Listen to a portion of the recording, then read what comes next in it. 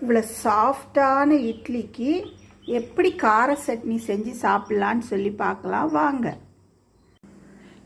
ஒரு mixie jar எடுத்துக்கோங்க. அதில் 3 காஞ்ச மிளகா, ஒரு சின்ன நெல்லிக்காய் சைஸ் புளி, அப்புறம் ஒரு 1/4 ஸ்பூன் உப்பு போட்டு நல்லா அரைச்சிட்டு வந்துடலாம். இப்போ இதை அரைச்சிட்டு வந்துட்டேன். இப்போ சின்ன வெங்காயம், சாம்பார் வெங்காயம் ஒரு 10 சின்ன வெங்காயம் எடுத்திருக்கேன். அப்புறமா பூண்டு ஒரு 6 பல் பூண்டு போட்டு நல்லா கொரகொரப்பாக அரைச்சிட்டு வந்துடலாம். அடுப்பில் ஒரு கடாய் வச்சு ஒரு குழிக்கரண்டி அளவு எண்ணெய் ஊற்றிக்கலாம். எண்ணெய் நல்லா சூடான உடனே ஒரு 1/4 ஸ்பூன் கடுகும் 1 ஸ்பூன் உளுத்தம்பருப்பும் போட்டுக்கலாம். கடுகு நல்லா வெடித்த உடனே நம்ம அரைச்சி வச்சுருக்கோம்ல, போட்டுடலாம்.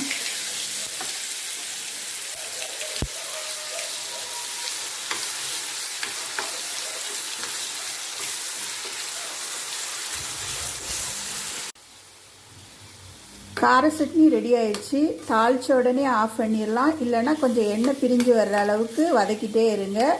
இது 1 வாரத்துக்கு கூட வச்சு சாப்பிட்லாம். நல்ல டேஸ்ட்டாக இருக்கும். செஞ்சு பார்த்துட்டு எப்படி இருக்குன்னு சொல்லுங்கள்.